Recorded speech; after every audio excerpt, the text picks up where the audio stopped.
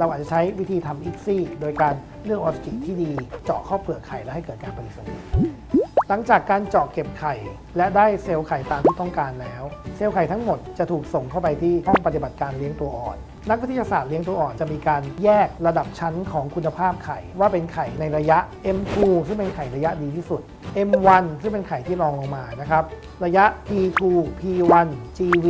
หรือเป็นไข่ที่ degenerate เลือกคุณภาพไข่ที่ดีที่สุดมาทำการปฏิสนธิกับอสุจิเราอาจจะใช้วิธีทำอิกซี่โดยการเลือกอสุจิที่ดีเจาะเข้าเปลือกไข่และให้เกิดการปฏิสนธิขึ้นอสุจินั้นจะถูกคัดกรองในห้องปฏิบัติการโดยเลือกเอาตัวที่มีลักษณะส่วนหัวปกติมากที่สุด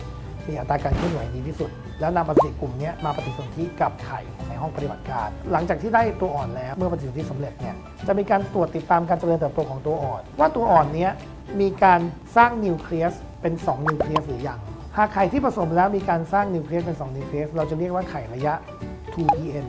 ซึ่งเป็นไข่ที่เกิดการปฏิสนธิสมบูรณ์แล้วจากนั้นเราจะติดตามดูการเจริญเติบโตของตัวอ่อนในห้องปฏิบัติการทุกๆวันมีการควบคุมสิ่งแวดล้อมของตัวอ่อนนะครับทั้งอุณหภูมิแสงความถ่วงจำเพาะนะครับอาหารเลี้ยงตัวอ่อนต่างๆให้เหมาะสมตามระยะเมื่อผ่านไปถึงระยะ5วันตัวอ่อนจะมาถึงระยะ blastocyst เมื่อถึงตรงนี้เราก็จะสามารถใช้เลเซอร์เจาะเปลือกไข่ออกมาโดยเราจะคัดกรองคุณสมบัติของตัวอ่อนที่ได้ว่าเป็น blastocyst ที่มีเกรดดีหรือไม่เกรดดีที่สุดเราเรียกว่าเป็นเกรด1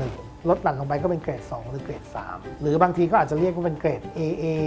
AB